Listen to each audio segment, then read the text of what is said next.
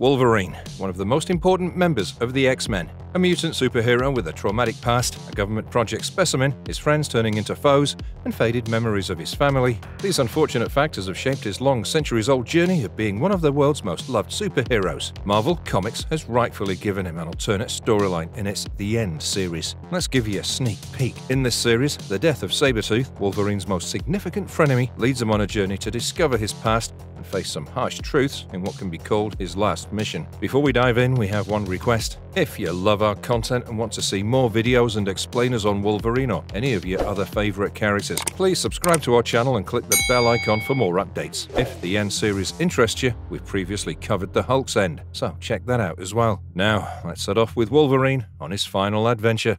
Issue number 1. The first issue opens at a petrol station in Pinkyville Village in British Columbia, Canada. The timeline's hinted to be somewhere in the midst of the 21st century, way ahead of the present day. It's snowing heavily. George, the establishment's owner, loads a few boxes from his convenience store on the back of his truck. His two helpers ask him, "Where are you taking these boxes, eh?" George says that he's taking them to River Bend.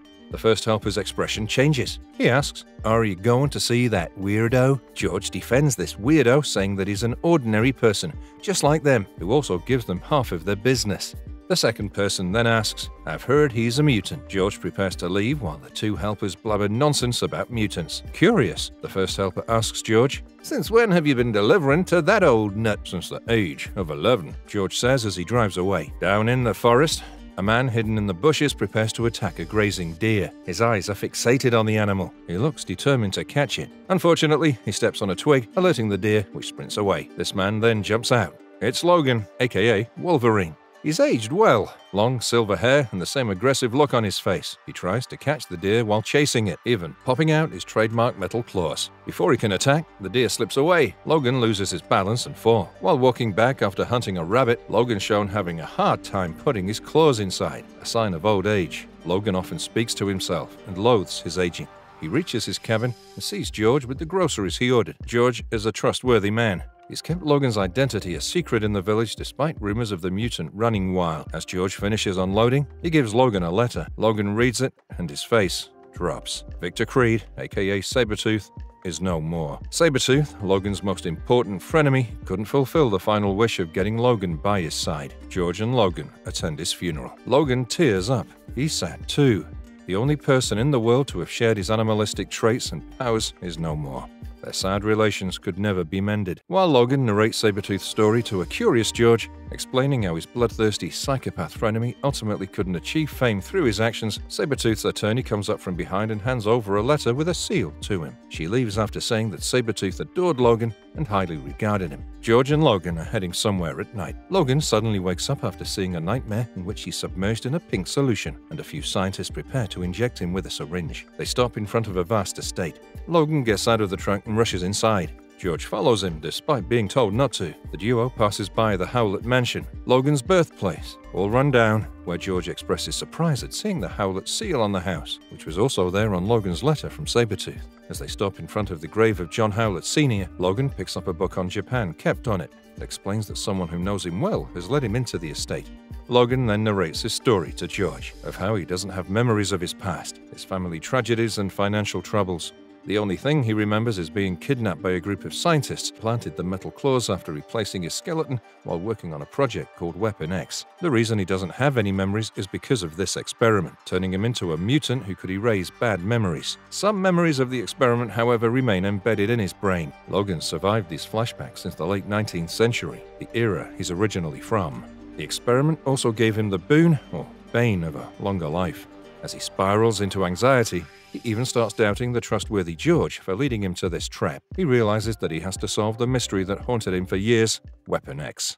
Issue number 2. The second issue opens up with the duo arriving at Vancouver port the same night. Logan sends George away to his cabin for an unknown task and boards a Japan-bound ship as a stowaway, where he takes on cooking responsibilities on an excruciatingly slow journey, and of course, loathes about it. Landing in Tokyo, he sets off toward the sleepy village of Torikana. Logan visits a local library and asks for a book titled Ghosts of Japan, The Lost Rituals of Kanaguri. written on the Kanaguri cult. The librarian replies that the book is a rare find and implies that it's not available now. Logan returns a book, the same one he found on his father's grave, to her, stating that it has that library's borrowing tag. He also requests the librarian to inform him of the book's owner if they come to claim it. The librarian, angered and confusing him for a journalist, tells him that the Kanaguri cult was disbanded a long time back and asks him to leave, telling him that he'll never be able to cover the story on the cult, calling it a fantasy that the media persons want to capitalize for getting more attention. Logan replies, "I remember your great-grandfather Yoshihiro Tanaka said a similar thing to me when I met him for the first time."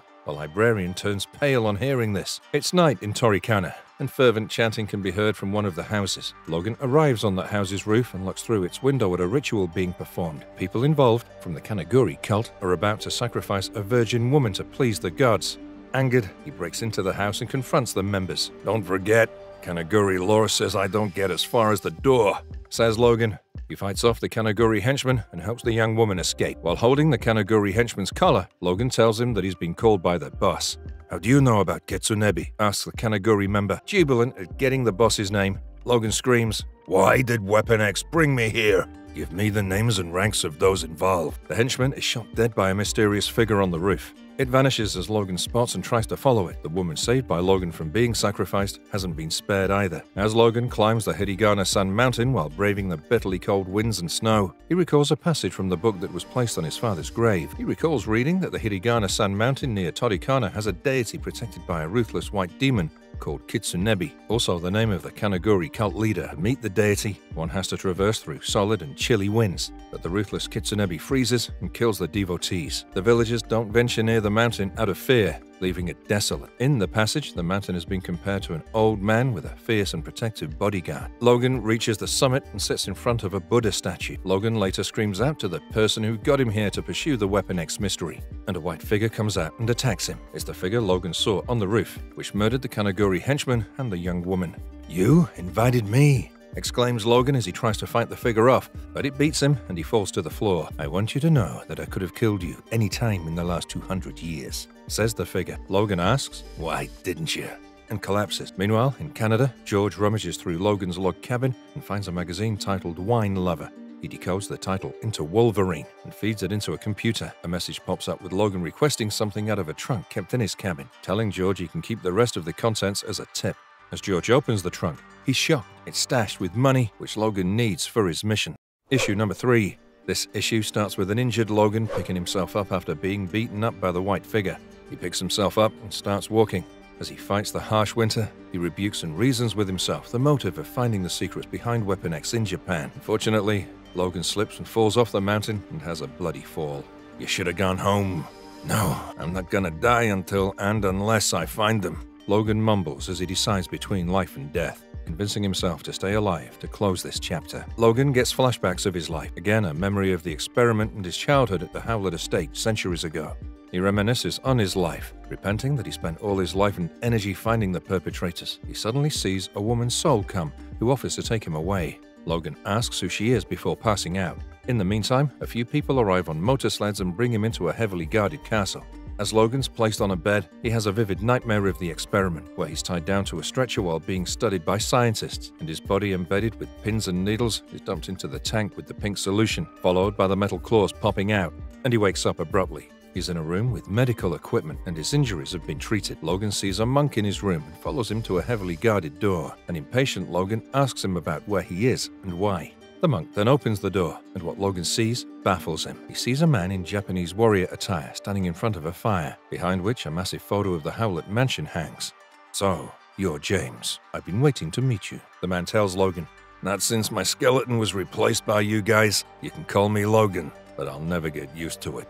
"As you wish," the man says as he throws a sword toward Logan, indicating a fight. "So, you're Kitsunebi, the white ghost," Logan screams as he throws his sword and pops his claws out. Kitsunebi, who Logan thinks is a part of the Weapon X group, also throws away his sword and says, "There was a reason I did this." Infuriated with the reply, Logan gets into a fistfight with Kitsunebi. The latter is as strong as Logan, good enough to be called a mutant. As Kitsunebi picks Logan up and throws him down, he says he had no other way to reveal to him the history of the Howlett family and how they died, which all happened 185 years ago. Kitsunebi then tells Logan, "You are my little brother," as he goes on to embrace him. Issue number 4. This issue opens with Logan embracing Kitsunebi. He's emotional because he's finally connected with someone from his family and has conflicting thoughts about the whole situation. He tries to rationalize, saying that even though his brother was responsible for everything he went through, he can't bring himself to hate him. "I was told that you died," Logan tells his elder brother, then gives him a photograph of their mother holding newborn Logan in her arms. Kitsunebi describes the setting in which the photograph was taken. "She loved you, James. Things didn't go well for her," Kitsunebi says as Logan tears up after looking at the photo. I want to know everything," Logan says eagerly. "You will, but I have something to show you," Kitsunebi replies, leading him into a basement. Kitsunebi mentions how he knew what was happening to Logan, but he wasn't alone in the process. Even the elder brother was used in a similar experiment.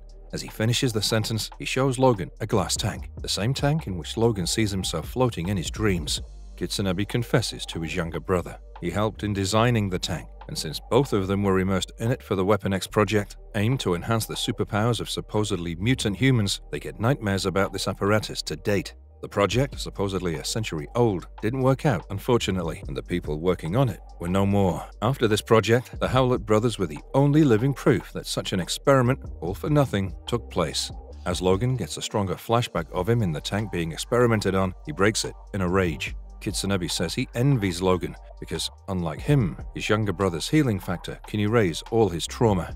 Kitsunebi, aka John Howlett Jr., then narrates when Logan was born. Their mother supposedly went under postpartum depression, and while spending time with his newborn brother, he was shocked to find out that their mother was having an affair with the gardener. John approached her, picked up an argument with his mother, and slashed her with his knuckle bones that popped out of his skin, resembling a wild animal's claws. He was then admitted to an asylum, where he was named X, and was subjected to many tests to study how his claws popped out. However, he managed to escape the program after fighting back. John told Logan that Charles Xavier, who recruited Logan into the X-Men team, was instrumental in keeping the two brothers away. He tells Logan to join him in finding answers to all that has happened to them, promising him that he'll get back to normal. As they sit on the Hiragana-san mountain peak, Logan mumbles and suddenly sees Charles Xavier's spirit come out of his mouth. It was this spirit who Logan was talking to, after all. Xavier tells Logan that he has to hide the truth and warns him not to accept his brother's offer. Logan replies, "Not even you can change my mind, old man. Even after 200 years, my mind's been made up." John notices James talking, paranoid that he may be talking to someone else. Relieved that James said he was mumbling, which was a lie, John goes on to talk about the mission and promises his younger brother a better life. Logan then comes from behind and pushes John off the cliff. He then exclaims, "I'm not James, I'm Logan." Logan finally has the answer to his first question. His brother had a role to play in getting him experimented on, but the answer to the second question, if the people he cared for and loved were still around, is still unanswered. Issue number 5. This issue opens up with cops searching the Hiragana-san mountain for John, but they're not able to find him, alive or dead. In the past, people have gone missing without a trace from this treacherous mountain.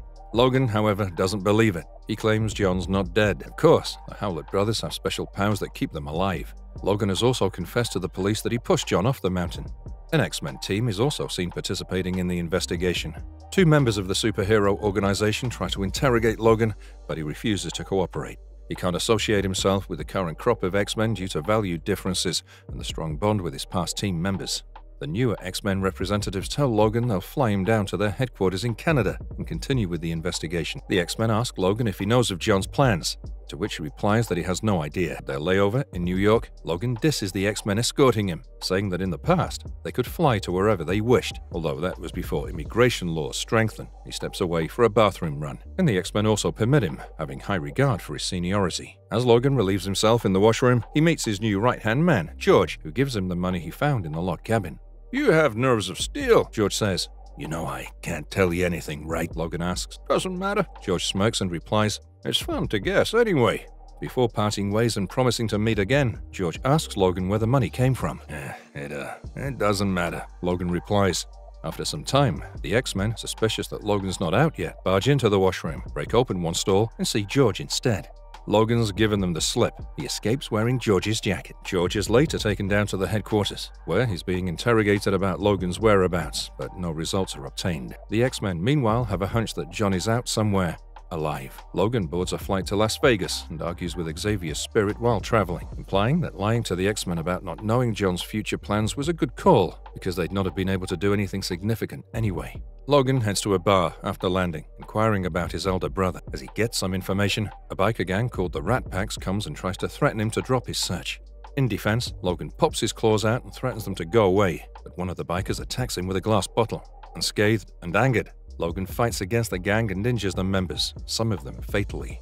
A biker gives Logan John's location, and he sets off. But on the way, his hand is shown to be poorly injured thanks to his claws. Meanwhile, John, who survived the fall, is shown to be the owner of a casino in the city. As he gets information about Logan's arrival, he gets ready to finish his younger brother off.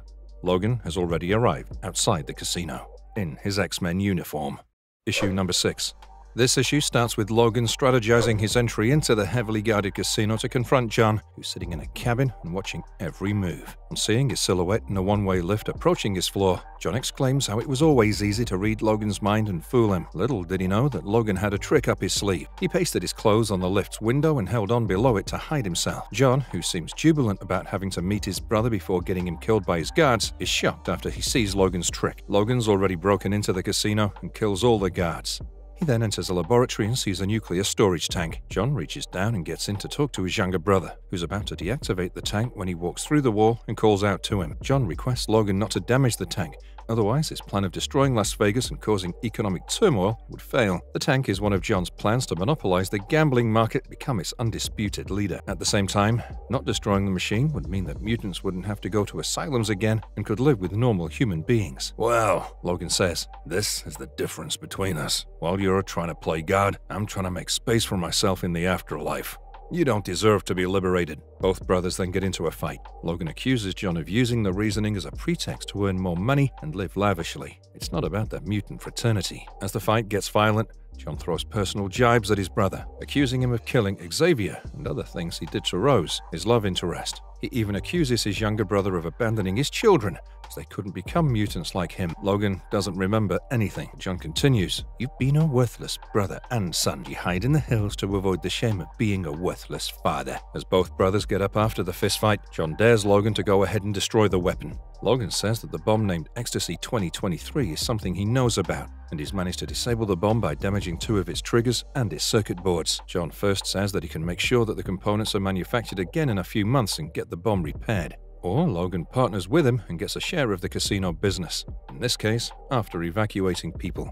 Logan refuses, angering John, who commands his guards to kill him. Wolverine escapes the scene and gets into the lift, set to go down, and John follows him. The brothers again get into a fistfight with the claws after John brings out his claws after a very long time. He blames Logan for his childhood, signifying that it was after his younger brother was born that he was sent away to the mental asylum, further calling him a bad omen, as all this happened after his younger brother was born. He screams at Logan, saying he knows the answers to what he's been looking for regarding his friends and loved ones. John threatens to kill Logan and pushes him off the lift. Fortunately, he also falls off from the lift to the ground. John is cushioned by Logan, but is impaled by his claws. "I'm glad it's ending this way. I wish things had been better between us, and I wish I had time to tell you more about Rose."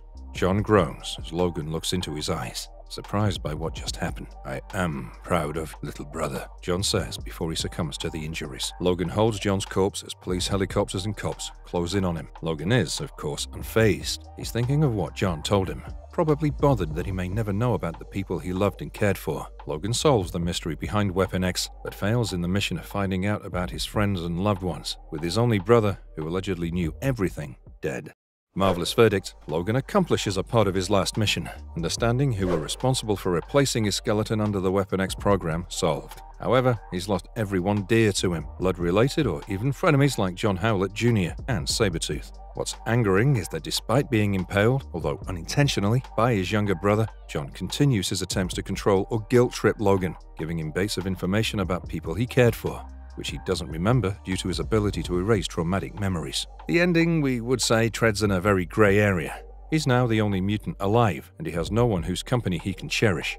But he doesn't have to deal with the people responsible for his trauma. Logan dodged a bullet and did the right thing by following his conscience and not his selfish brother. Mission accomplished, nevertheless. The comic series is definitely another worthy addition to the end arcs. Moreover, the true blue American style of comic art pops out here. It's serious, engaging and detailed, and we have to praise the efforts put into drawing the whole series. It's quite a marvel, considering it was first published between 2003 and 2004. The comic features a generous and clever use of colors, transitioning from a dystopian, icy cold and gloomy palette to moments of comic relief when George meets Logan for one last time. Colors effectively set the mood of each panel and accentuate the progression of the story. whether you agree or disagree with us. We'd like to hear your views in the comments. Also, do share it to find out what your peers think about it. We'll meet again soon. Until then, have a good day and see you in the next video.